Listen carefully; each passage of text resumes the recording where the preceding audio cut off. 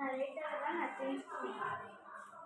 నమస్కారాలు, నా పేరు బృంద, నేను కడ్డిగా నటిస్తున్నాను. నమస్కారాలు, నా పేరు రిషిక, నేను రోజాగా నటిస్తున్నాను.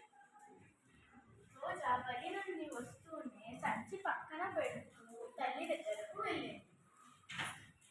రోజా బయటికి తొంగి చూసి, అమ్మ, బయట చెత్త కుండి దగ్గర అంతన అన్నం కూరలు ఎవరు పారవేశారమ్మా? ఇంకెవరు? పక్కన ఫంక్షన్ హాల్ వాళ్ళు. అలా పారవేయడం ఎందుకు? ఫంక్షన్ కోసమని ఎక్కువగా వండుతారు. అతిథులు తక్కువగా వస్తే మిగిలిన ఆహార పదార్థాలు అట్లా బయట పాడేస్తారు. కొందరేమో ఎక్కువగా పెట్టుకొని వదిలేస్తారు. మరి ఏం చేయాలి? అంత తినలేరు కదా.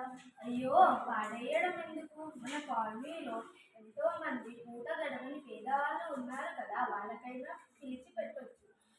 అన్నం కోసమని రోజు పిచ్చగాళ్ళు కూడా తిరుగుతారు, వాళ్ళకైనా పెట్టొచ్చు.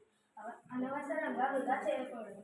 అమ్మ, వృధా అంటే మీ బడిలో మధ్యాహ్న భోజనం పెడతారు కదా, చేతిలో పెట్టుకున్న అన్నం కూరలు మొత్తం తినేస్తారా, కొంత పాడేస్తారా? మొత్తం తినకుంటే చూసారా, అవసరానికి మించి ఖర్చు చేస్తూ ఎవరికి ఉపయోగపడకుండా దుబారా చేయడాన్ని వృధా అంటారు. అమ్మ, అన్నం నిజంగానే విలువైనదా? చాలా విలువైనది. దాని వెనుక ఉన్న రైతుల కష్టానికి విలువ కట్టలేము రోజా.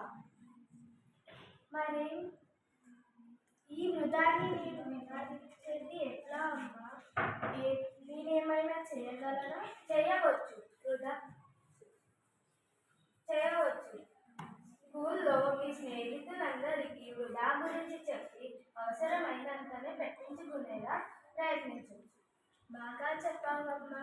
రేపటి నుంచి మా బడిలో ఈ విషయాన్ని అందరికీ